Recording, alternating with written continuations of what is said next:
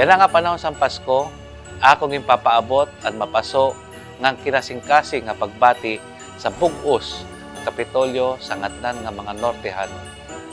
Ngan sa ato mga kasugbong sa pag-uswag tikan sa durdilain nga mga lugar. Ang tuig 2024 naging mabinungahon para sa aton probinsya tungod sa espiritu sa pakibuligay nga pakigsayo sa aton mga programa pagkauswagan. Hinaot kunta nga magpadayon sa maabot pa mga tuig ang atong pagkasarayo pagduok sa mga bulig ngan serbisyo sa katawhan. Ngan ipasigita ang pagkiwa para sa katumanan sa aton hingyap na marigon, maniswagon, ngan malipayon nga norte sa saman.